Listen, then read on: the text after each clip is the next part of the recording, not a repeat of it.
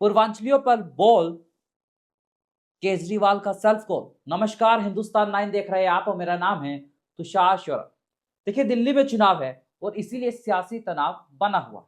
आपको बता दें, कल दिल्ली के पूर्व मुख्यमंत्री अरविंद केजरीवाल और दिल्ली की मुख्यमंत्री आतिशी मार्लेना ने चुनाव आयोग की टीम से मुलाकात की और मुद्दा था वोटर लिस्ट में बदलाव।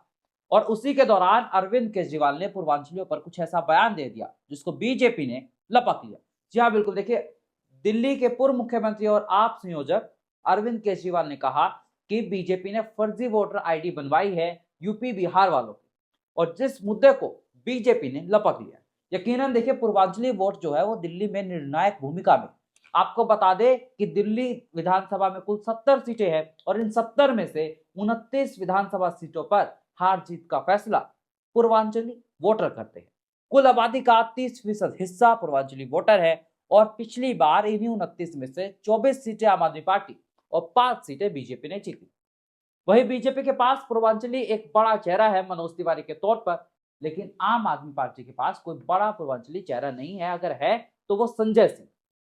यकीनन इसके बाद से दिल्ली में सियासत हाई है और अब पूर्वांचलियों पर आर पार का मुकाबला होता हुआ दिखाई दे रहा है।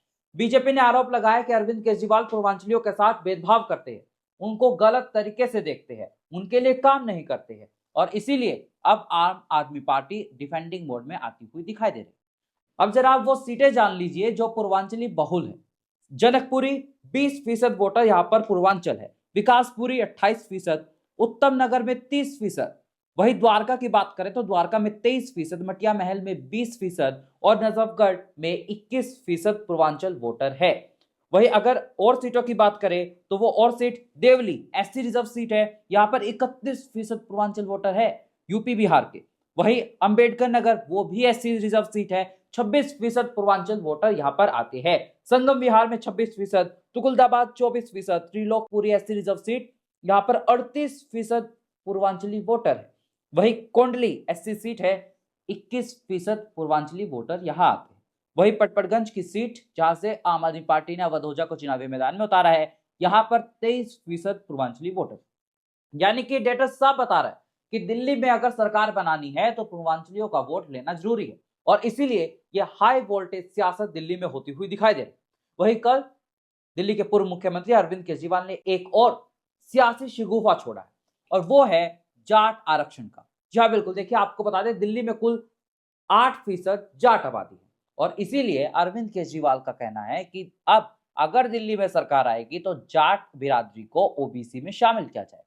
अरविंद केजरीवाल ने कहा कि अगर जाट राजस्थान में ओबीसी में शामिल हो सकता है, गुजरात में ओबीसी में शामिल हो सकता है, तो दिल्ली का जाट ओबीसी में शामिल क्यों नहीं हो सकता? दिल्ली के जाट को आरक्षण क्यों नहीं मिल सकता?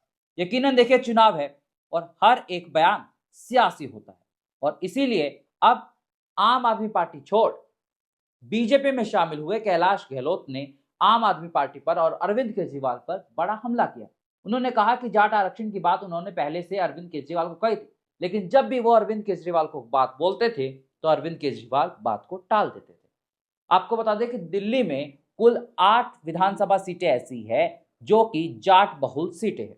वो सीटें कौन सी है, अब आप जरा वो जान लीजिए।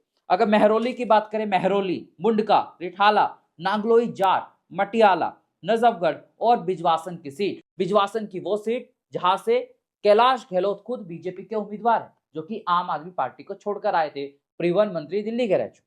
अब यकीनन देखिए, इन दोनों मुद्दों के ऊपर सियासत होती हुई दिखाई देगी और जाट वोट को साधने की कोशिश में अरविंद केजरीवाल इसलिए है क्योंकि पिछली बार के अगर नतीजों की बात करें तो आम आदमी पार्टी को महज 38% जाटों का वोट मिला था।